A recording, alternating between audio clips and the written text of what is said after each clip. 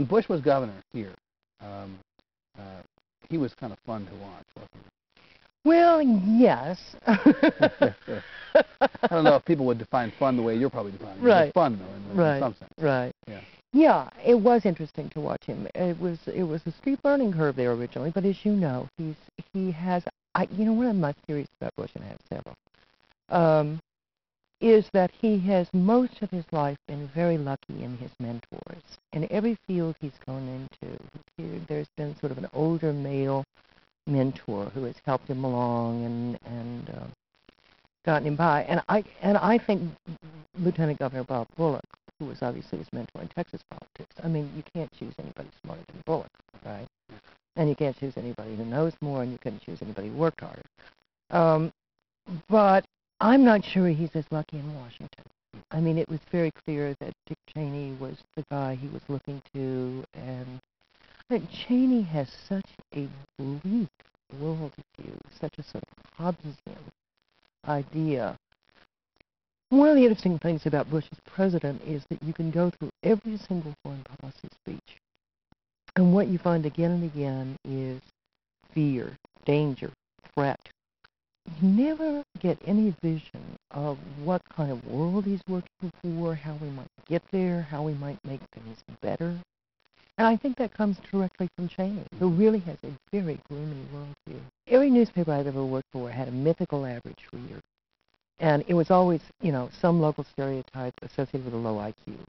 An Aggie sophomore, or the retarded wife of a North Dakota farmer. Like your typical reader is so clueless that they need everything explained to them. I don't find that's true about people. I think they have a pretty good sense of where the country is going. What I have found is that there is a greater disconnect between people's lives, which in many cases are not going well as a direct result of government policies, and they're connecting the dots to those policies. Mm-hmm. I mean, it's as though, for mysterious reasons, a horrible economic recession occurred, as though nothing could have been done to prevent it, as though nothing could have been done about Enron. It's an interesting segue to your new book, because, in fact, the new book that you and Lou DuBose have done, Bushwhacked, in fact, examines the effect that policies of this administration have on the lives of I'm afraid it's really painfully didactic. Not an uplifting book, unfortunately.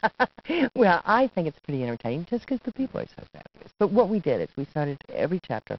We take a piece of policy that's been changed by the Bush administration and then just trace it out and show how it affects average, everyday Americans. Now, the wonderful thing is that there's no such thing as average, everyday Americans. I mean, the country is full of absolutely marvelous citizens, and getting out and talking to them is one of the things that will make you feel better about this country. And they are tough and funny and sassy and feisty, and they know they're getting screwed. Many of them aren't sure who to blame or where it comes from. But they're ready to stand up and fight back or start over or anything it takes. Do you buy the idea that Karl Rove's influence on this president and on this administration more broadly is as big an influence as everyone assumes? Well, I really hesitate on that one because it seems to me that people ascribe, all powerful, all knowledgeable, blah, blah, blah, blah, and it's pretty silly. I mean, he's just Karl Rove, and he's bright, but he ain't that bright. Do you know him back here very well? Yeah, but not well. Was your sense of him at the time that he was this great political savant, as he's being made out to be now? Well, I watched him win some races, and some in ways that I thought were really quite extraordinary. When